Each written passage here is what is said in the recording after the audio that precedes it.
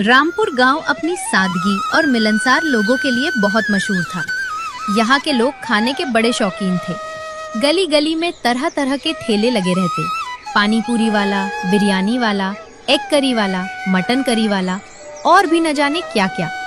शाम होते ही पूरा गांव खाने की खुशबू से महक उठता। इसी गांव में रहती थी एक बुजुर्ग अम्मा। सफेद बाल, झुर्रियों भरा चेहरा, लेकिन दिल सोने जैसा। बहुत गरीब थी, अकेली रहती थी, पर मेहनत से पीछे नहीं हटती थी।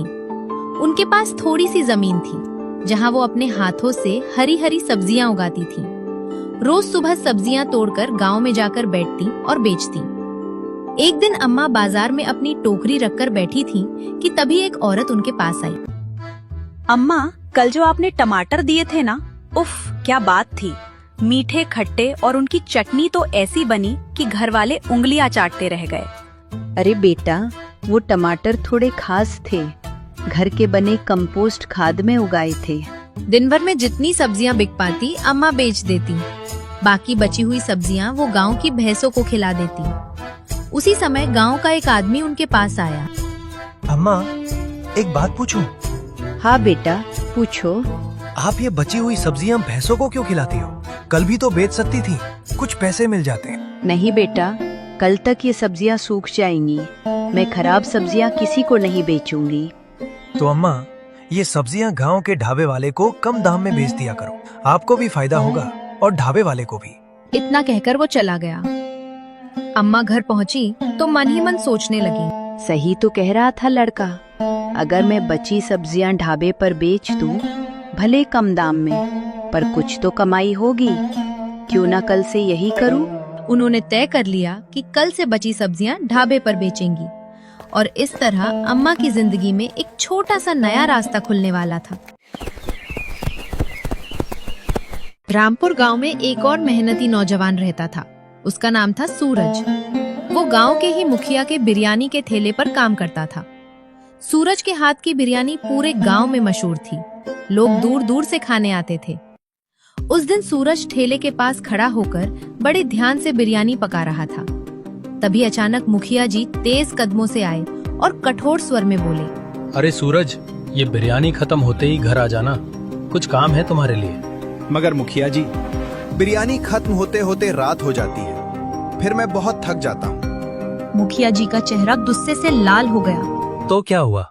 जब तुम्हारे पास कुछ नहीं था, तब मैंने ही तुम्हें रहने को घर दिया, 2 वक्त का खाना दिया। ये सब यूं ही नहीं मिला तुम। सूरज चुप हो गया। उसकी आंखों में एक अजीब दबाव झलक रहा था। चुपचाप काम खत्म कर और घर आ जाना, बहस मत करना। ये कहकर वे ताना भरे और वहाँ से चले गए। थोड़ी देर बाद गांव का एक आदमी सूरज के पास आया।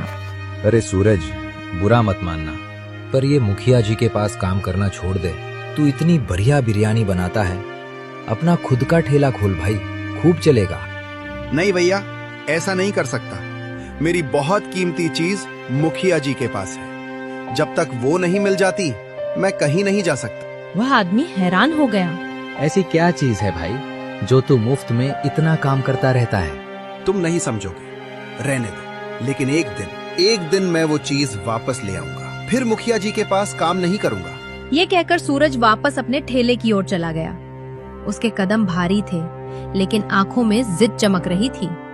वो अंदर ही अंदर सोच रहा था, बस एक बार मुखिया जी मुझे वो राज बता दे या वो चीज मुझे वापस मिल जाए, तो मैं आजाद हो जाऊंगा हमेशा के लिए। सूरज की जिंदगी भी बदलाव की दहलीज पर खड़ी थी, पर कोई नहीं जानता था कि सूरज की कौन सी चीज मुखिया के पास है। अगले दिन अम्मा अपने रोज के नियम से जल्दी उठी। ताजी ताजी सब्जियां तोड़ी और टोकरी में भरकर गांव की ओर निकल पड़ी। रास्ते में ही एक परिचित ग्राहक मिला। अम्मा, जल्दी से 1 किलो प्याज और आधा किलो भिंडी दे दो। अरे बेटा, इतनी जल्दी जल्दी क्यों? घर पर मेहमान आने वाले हैं, इसलिए आपको रास्ते में ही रोक लिया। जल्दी से दे दो। कोई बात नहीं बेटा, रुक, अभी देती हूँ। अम्मा ने सब्जियां तौलकर दे दी और आगे अपनी रोज वाली जगह जा बैठी। अम्मा, आज भी वही टमाटर देना, मैं 2 किलो ले जाऊंगी। दे दूंगी बेटा, जितने चाहे ले जाओ। औरत सब्जियां लेकर चली गई। उस दिन अम्मा की अच्छी बिक्री हो गई, लेकिन हमेशा की तरह कुछ सब्जियां बच ही गईं। चलो आज कुछ नया करते हैं। देखते हैं कोई ठेले वाला सब्जियां लेता है क्या। ऐसा सोचकर अम्मा एक ठेले पर पहुंची। वो पाव भाजी का ठेला था। जैसे ही अम्मा पास पहुंची, ठेले वाला बोला, अम्मा बताओ कैसी पाव भाजी बनाओ, बटर वाली या स्पाइसी? अरे बेटा, मैं पाव भाजी खाने थोड़ी आई हूँ, मैं तो ये बची हुई सब्जियां बेचने आई हूँ। अरे अम्मा, मैंने तो सुबह ही सब्जियां ले ली थी। बेटा, अगर ले सको तो ले लो, आधे दाम में दे दूंगी। ये सुनकर ठेले वाला खिल उठा। अम्मा आधे दाम में? फिर तो ठीक है। पूरी टोकरी कितने में दोगी? बस 50 रुपए दे दो बेटा। सौदा जबरदस्त है, दे दो दे दो। ठेले वाले ने तुरंत पैसे निकाल कर दे दिए। अम्मा ने सारी सब्जियां उसे थमा दी, फिर उत्सुक होकर पूछ बैठी, बेटा एक बात बताना, मैंने जो पूरी टोकरी दी उससे कितने रुपए की पाव भाजी बनेगी? अम्मा कम से कम 500 रुपए की तो आराम से बन जाएगी। ये सुनकर अम्मा हैरान रह गईं। इतना मुनाफा? अम्मा वहाँ से चल दी, लेकिन मन में ठेले वाले की बात घूमती रही। रास्ते में उन्हें सूरज का बिरयानी वाला ठेला दिखा। वहाँ भारी भीड़ थी। अम्मा ने भीड़ देखी और मन में सोचा, ये लोग थोड़े से खर्च में इतना मुनाफा कमा लेते हैं, अगर मैं भी कुछ ऐसा करूँ तो? रेजोनेंस। अचानक उनके मन में एक नया विचार बिजली की तरह कौंधा। क्यों ना मैं अपनी सब्जियों से बिरयानी बनाऊं? सब्जी बिरयानी नई डिश होगी, सबको पसंद भी आ सकती है और लागत भी कम पड़ेगी। अम्मा पूरे रास्ते यही सोचती रहीं। घर पहुँचते पहुँचते उनका मन उम्मीद से भर गया था। एक बुजुर्ग महिला, एक नई सोच और एक नई शुरुआत की खुशबू हवा में तैर रही थी। अगली सुबह सूरज अपने मन में कई सवाल लिए मुखिया जी के घर पहुंचा। मुखिया जी, मुझे आपसे एक जरूरी बात करनी है। मुखिया ने उसे सिर से पैर तक देखा। हाँ हाँ सूरज बोलो, क्या हुआ? सूरज की आवाज भारी हो गई। मुखिया जी, अब मैं बड़ा हो चुका हूँ, आपके सारे काम करता हूँ, आपकी हर बात मानता हूँ। अब तो मुझे वो बात बता दीजिए, मेरी माँ कौन है? आपने बचपन से वादा किया है। मुखिया ने थोड़ी देर चुप रहकर कहा, अरे सूरज बेटा, वादा किया है तो निभाऊंगा भी, लेकिन अभी थोड़ा वक्त चाहिए। बस कुछ दिन और रुक जाओ। कितने दिन मुखिया जी? बचपन से यही सुन रहा हूँ। मेरा हक है जानने का, दया कीजिए, मुझे मेरी माँ से मिलना है। ठीक है, कल बता दूंगा। अब जाओ, जल्दी से ठेला लगाओ। सूरज के चेहरे पर उम्मीद की चमक आ गई। वो खुशी खुशी ठेला लगाने चला गया। दूसरी तरफ अम्मा ने सुबह ही घर में सब्जी बिरयानी बना ली थी। सुगंध से पूरा घर महक उठा।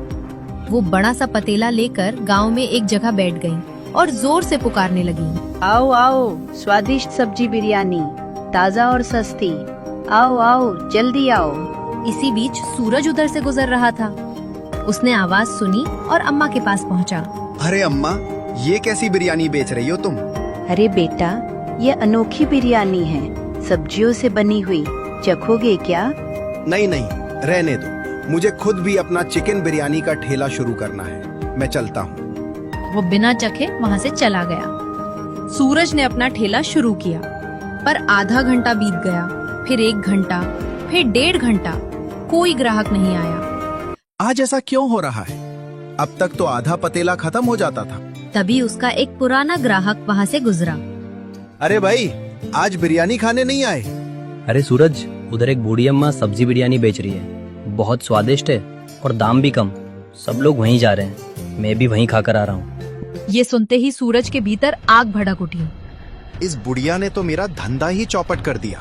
वो गुस्से से अम्मा के पास पहुंचा और चिल्लाया, ए बुढ़िया, ठेला बंद करिए और घर जाकर सो जा। अम्मा चौंक गईं। क्या हुआ बेटा, ऐसा क्यों बोल रहे हो? जो कहा है वही कर। अगर कल यहाँ दिखी ना तो इस गांव से भगा दूंगा। ठीक है बेटा, मैं कल से यहाँ नहीं बैठूंगी, कोई और जगह ढूंढ लूंगी। सूरज कुछ नहीं बोला और गुस्से में वहाँ से चला गया। सूरज के मन में भी एक तूफान उठ रहा था। क्या सब्जी बिरयानी उसे अपनी माँ की सच्चाई से दूर कर देगी? अगले दिन सूरज दिल में उमंग और आंखों में चमक लिए मुखिया जी के घर पहुंचा। मुखिया जी, अब अपना वादा पूरा कीजिए, बताइए मेरी माँ कौन है? मुखिया जी ने गहरी सांस ली। सूरज, तुम बहुत नेक इंसान हो, मुझे तुम पर गर्व है। तुमने मेरे पास इतने वर्षों तक बिना किसी लालच के काम किया। अब समय आ गया है कि तुम अपने असली परिवार के साथ रहो। सूरज बेचैनी से बोला। जल्दी बताइए ना मुखिया जी, वो कौन है? अब सब्र नहीं होता। तुम्हारी माँ हमारे ही गांव में रहती है। उनका नाम है कमला। वही बुजुर्ग महिला जो सब्जियां बेचती है। सूरज के पैरों तले जमीन खिसक गई। कमला अम्मा, मैंने कल ही तो उनसे बदतमीजी की थी। उसकी आंखों में आंसू भर आए। धन्यवाद मुखिया जी, आपका बहुत बहुत शुक्रिया। कहते हुए वो दौड़ पड़ा। वो अम्मा के घर पहुंचा, लेकिन दरवाजा बंद था। उसे लगा माँ बिरयानी बेचने गई होगी। वो उनके ठिकाने पर भागा, पर वहाँ भी नहीं मिली। बेचैनी बढ़ रही थी। तभी एक औरत सब्जी लिए जा रही थी। बहन, ये सब्जियां किससे ली? ये तो मैं कमला अम्मा से खरीद कर लाई हूँ। सूरज बिजली की तरह दौड़ पड़ा। उसने देखा अम्मा अपनी टोकरी के साथ बैठी थीं। माँ, अम्मा चौंक गई। क्या कहा बेटा? क्या कहा तुमने? माँ, मुझे माफ कर दो। मैं तुम्हारा ही बेटा हूँ, तुम्हारा चिंटू। अम्मा की आंखों से आंसू झरने लगे। सच? तू ही मेरा चिंटू है? मुझे लगा था वो खो गया। सूरज ने सब कुछ बता दिया। कैसे मुखिया ने उसे पाला, कैसे वो रोज माँ से मिलता था पर पहचान नहीं पाया। बेटा, भगवान ने तुझे आखिर लौटा दिया। माँ, आज से हम दोनों साथ रहेंगे और कल से हम दोनों मिलकर सब्जी बिरयानी बेचेंगे। तुम बनाओगी, मैं ठेला चलाऊंगा। अरे वाह, मेरा बेटा अब सब्जी बिरयानी बेचेगा। माँ, सब्जी बिरयानी ने ही तो मुझे तुमसे मिलवाया है। उस दिन के बाद गांव में एक नया ठेला लगा। कमला अम्मा और उनके बेटे सूरज की सब्जी बिरयानी, प्यार का असली स्वाद।